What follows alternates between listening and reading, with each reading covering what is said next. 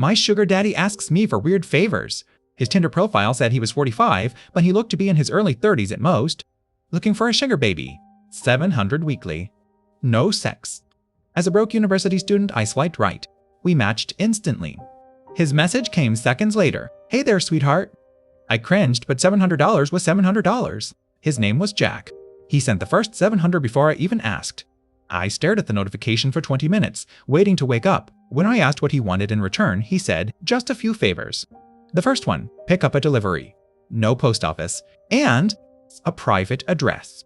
He gave me an address and his house address. He texted, key under the blue flower pot. Put the package on the coffee table. Then he added, lock the door when you go inside and lock it again when you leave. He said, please twice. That should have been my first warning. The drop-off house looked abandoned. Broken fence, hanging gate.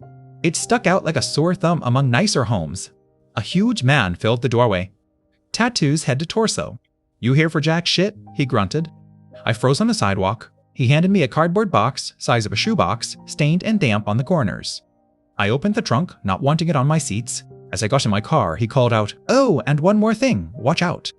He didn't explain. I blasted my music to drown out the anxiety. Jack's house was the opposite. Huge stone pillars, greenest grass I'd ever seen. I parked, grabbed the package, and walked to the door. I found the key under the blue pot, unlocked the door, and stepped inside. For some reason, I locked it behind me. The furniture was expensive. I could finish school a dozen times with what it cost. I set the box down and turned to leave. Then a phone rang inside the house. My phone buzzed. Don't answer any calls that aren't from Marvin. I followed the sound to an office. The caller ID said Jack. But Jack was texting me. I left without answering and locked the door again. I did more favors after that. Drove a BMW to a park, switched cars, brought a briefcase back to Julio's house. One employee gave me a briefcase and said, he'll know if you look inside. I didn't look. I just delivered it and left. Sometimes Jack asked me to stay at Julio's house for hours. All I got? Watch. I made around $3,500 total. Then, the biggest favor yet, Jack texted me to spend the night at his house.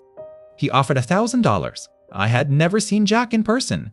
Only talked on the phone. But $1,000 was too much to say no to. I drove to his mansion after dark. The key was still under the pot.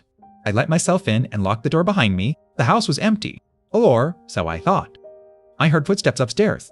Glow? Deliberate. Not Jack's. I texted Jack, someone's here. He replied, I know. Just stay in the living room. Don't go upstairs. Don't look. You'll be paid in the morning. I sat there until sunrise. I heard nothing else. The next morning, $1,000 hit my Venmo. I never asked what was upstairs. I never will.